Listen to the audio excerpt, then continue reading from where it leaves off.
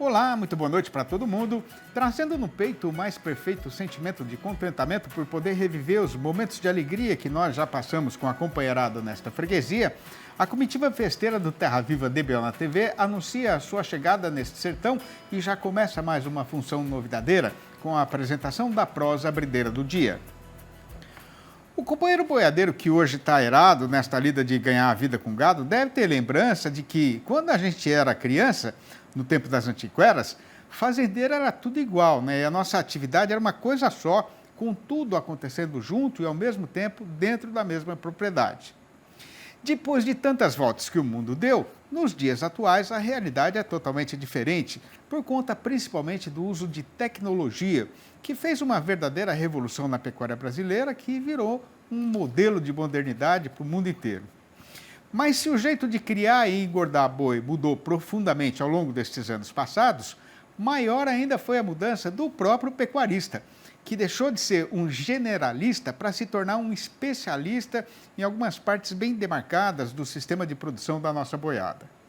Conforme a da sabedência geral, a ideia consagrada e perfeitamente comprovada é que, também no nosso setor, quando o vivente concentra a atenção e o esforço num determinado tipo de serviço, o resultado disso vai ser o aperfeiçoamento do processo e o aumento da eficiência e da produtividade. A divisão do trabalho das propriedades de acordo com as fases de cria, recria e engorda, por exemplo, há muito tempo não é mais novidade para ninguém, né? Pois agora a necessidade de especialização está avançando mais ainda e rompendo as porteiras do confinamento.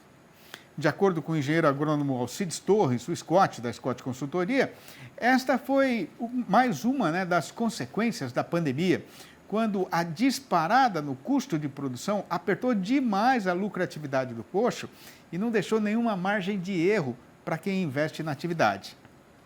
O amigo pecuarista nem precisa ser doutor especialista em matemáticas e aritméticas para chegar à conclusão de que quem vai no mercado comprar 4 carretas de milho tem uma condição muito diferente de alguém que está negociando 40 carretas do grão, né? Isso vale para todos os insumos usados no confinamento e também para a hora de fazer a comercialização do gado terminado. Aí o que tem para ser contado é que, nesta hora atual em que a despesa da engorda está em alturas estratosféricas e ninguém tem muita certeza do rumo que será tomado pela cotação da arroba, é de se admirar o aumento registrado na participação dos boitéis no fornecimento de boiadas terminadas no coxo.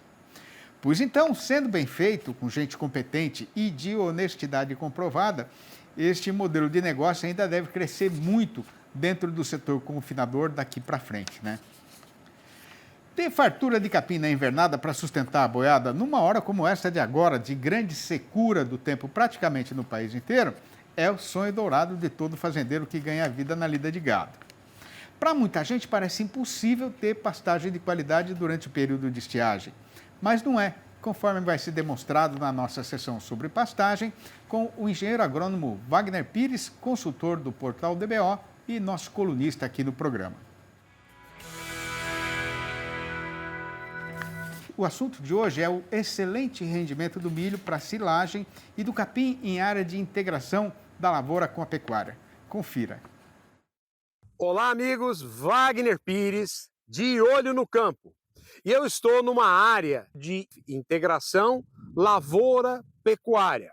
Essa área aqui da fazenda é uma área plantada com zuri.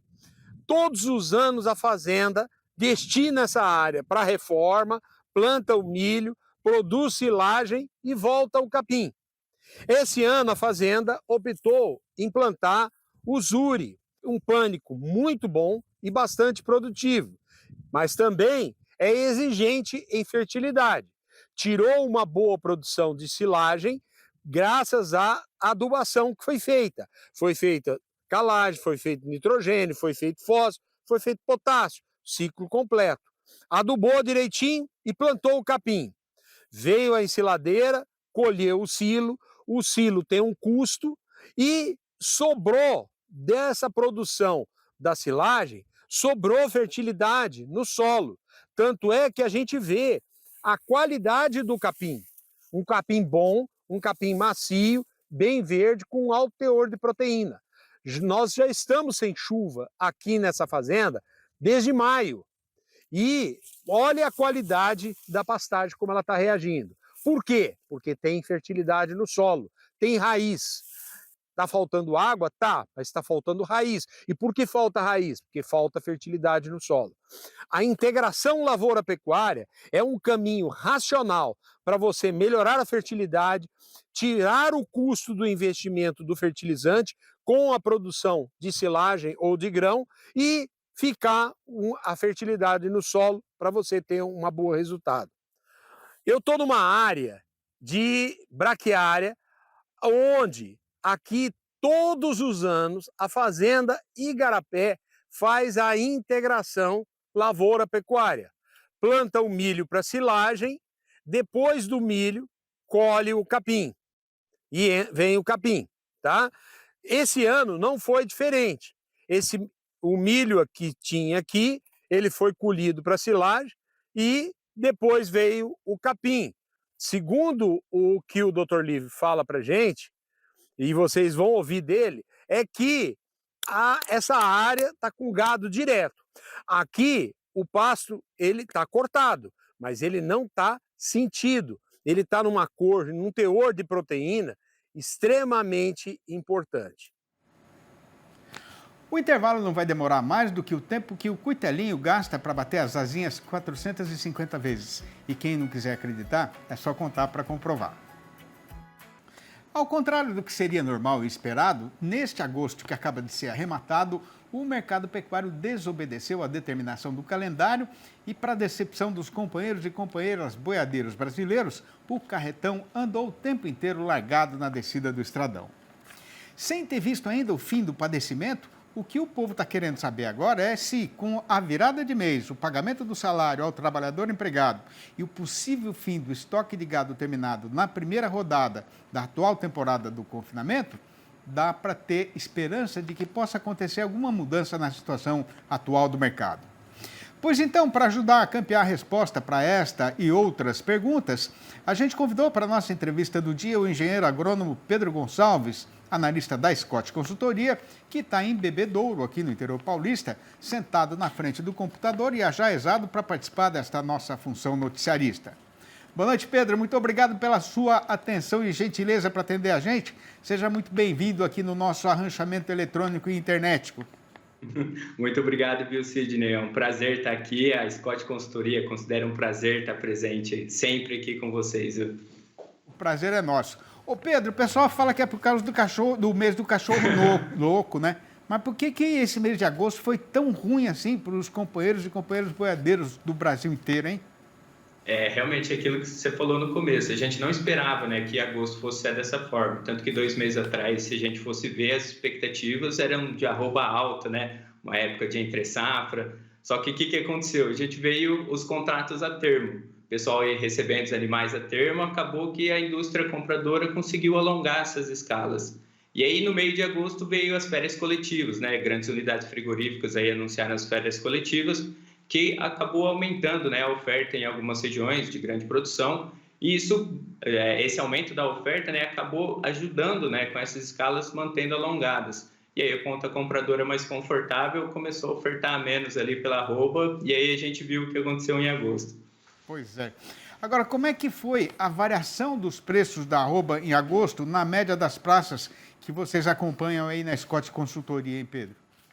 Que a gente viu, né, pegando de todas as praças, a gente viu uma queda de quase 4% na arroba, em todas elas. Mas pegando principalmente Mato Grosso, ali na região de Alta Floresta, a gente viu uma queda de quase 8,5%. Foi mais ou menos R$ 23,50 na cotação da arroba, isso só em agosto.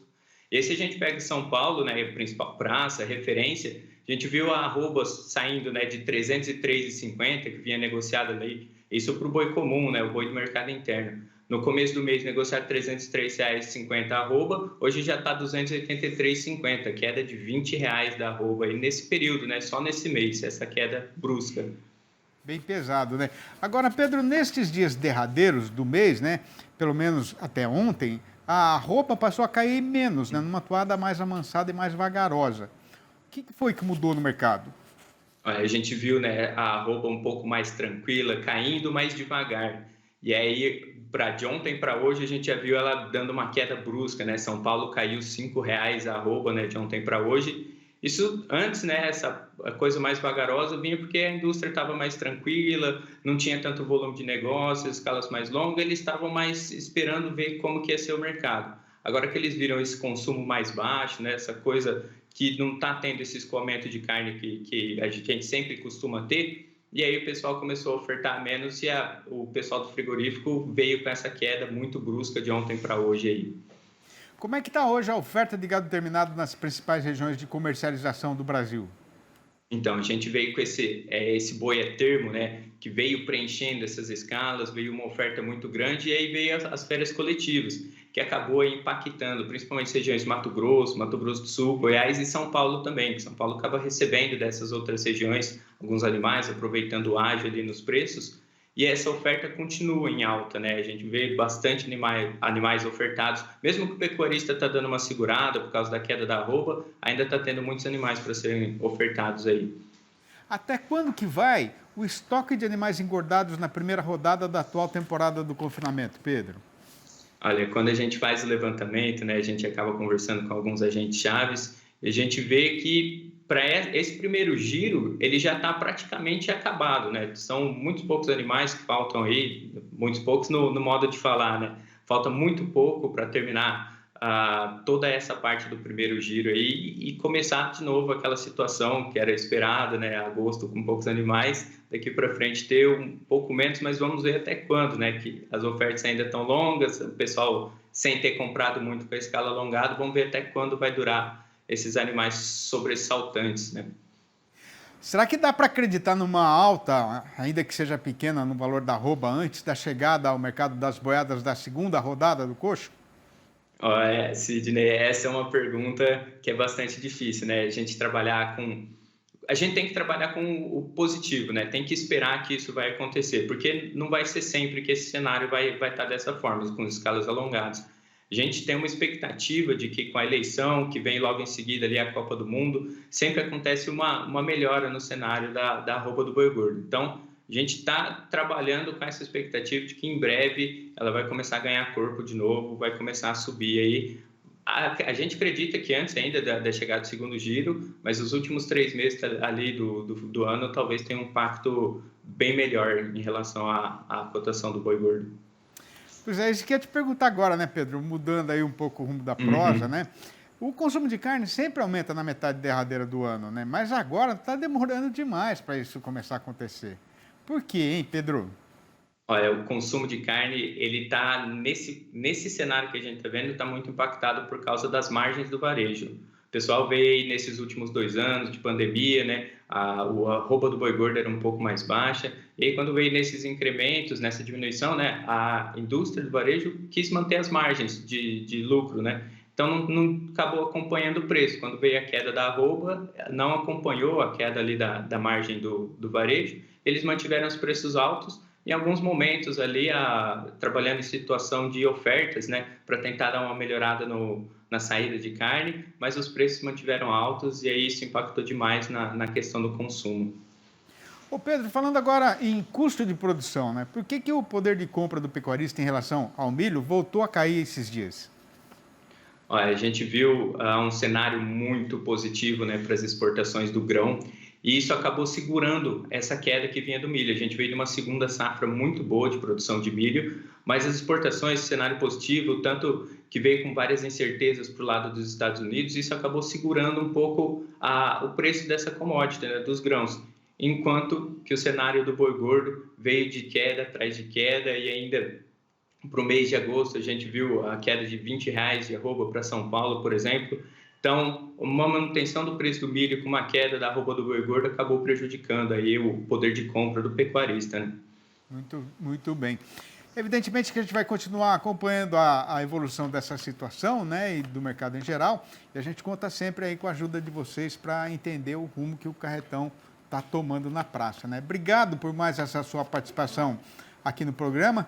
Um abração para você, Pedro, e um abraço para todo mundo aí na Scott. Até a próxima. A gente que agradece, viu, Sidney? Um grande abraço para todo mundo. De acordo com o roteiro estabelecido para esta função, que por nós será rigorosamente cumprido, a gente tem de fazer agora um intervalo ligeiro, retomando sem demora a nossa falação, quando então será destrinchado e discutido aqui o caso que está sendo passado com boi gordo no mercado, que tem hoje a seguinte manchete anunciadeira. Completando o desgosto do fazendeiro com agosto inteiro, no derradeiro dia do mês, mais uma vez a nossa praça boiadeira se afundou na descida da ribanceira. É já que o Terra Viva DBO na TV vai voltar. Aguarde.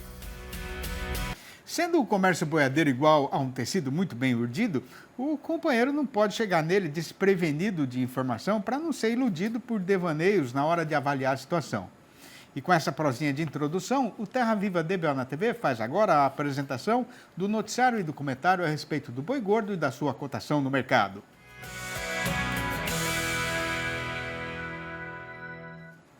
Pois a companheira e o companheiro fazendeiros que estão aí na frente da televisão escutando esta nossa falação boiadeira, façam o favor de se segurar firme na cadeira, porque em vez de trazer uma novidade boa neste derradeiro dia do mês, o que a gente tem para contar é que o carretão está de novo largado e desembestado na descida do estradão.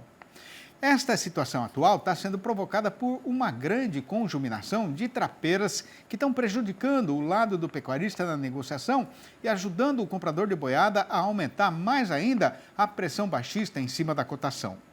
Conforme já é da sabedência geral, uma destas encrencas é a inapetência do consumidor brasileiro, não por alguma mudança nas suas preferências, mas por motivo de grave falta de dinheiro. Tanto que já fez 3 semanas que o governo federal começou a pagar o auxílio emergencial reforçado e reajustado, mas até agora o açougueiro não viu nem sinal de aumento do movimento no seu estabelecimento.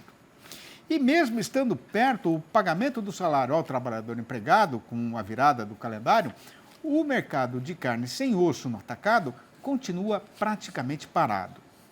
O resultado desse desaparecimento da freguesia é que, no frigorífico, a câmara fria está cada vez mais cheia de mercadoria.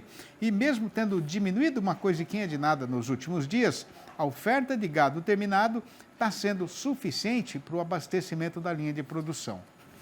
Aí, com o esticamento da programação de abate na indústria, tem gente com medo até de que o estoque de animais da primeira rodada do confinamento, que já deveria estar no fim, acabe alcançando a entrada dos lotes do segundo giro, que ainda não chegaram no ponto, mas estão quase prontos. No balanço do dia da Scott Consultoria, foram apuradas mudanças nas cotações em 18 das 32 regiões pesquisadas em todo o Brasil. E para completar o desgosto do agosto inteiro, no derradeiro dia do mês, mais uma vez, a arroba só caiu. Começando a recitação da lista, a gente registra que em Barretos e em Araçatuba, no estado de São Paulo, a derriçada foi geral, com o boi sendo derrubado para R$ 283,50 e a vaca para R$ 266 a prazo e livre do funeral. No sul da Bahia, o macho piorou para R$ 271. No oeste do estado, o boi recuou para R$ 270 redondos. Em Belo Horizonte, a capital das Minas Gerais, o tombo foi só do macho, que voltou também para R$ 270. Na região norte, o boi caiu para R$ 271 e a vaca para R$ 258. No sul mineiro, o preço novo do macho é R$ 278. Em Cuiabá, capital de Mato Grosso, a vaca já está a R$ 252. No norte mato-grossense, a fêmea desceu para R$ 250. Em Campo Grande, a capital de Mato Grosso do Sul, o boi se largou para R$ 274 e a vaca para R$ 258.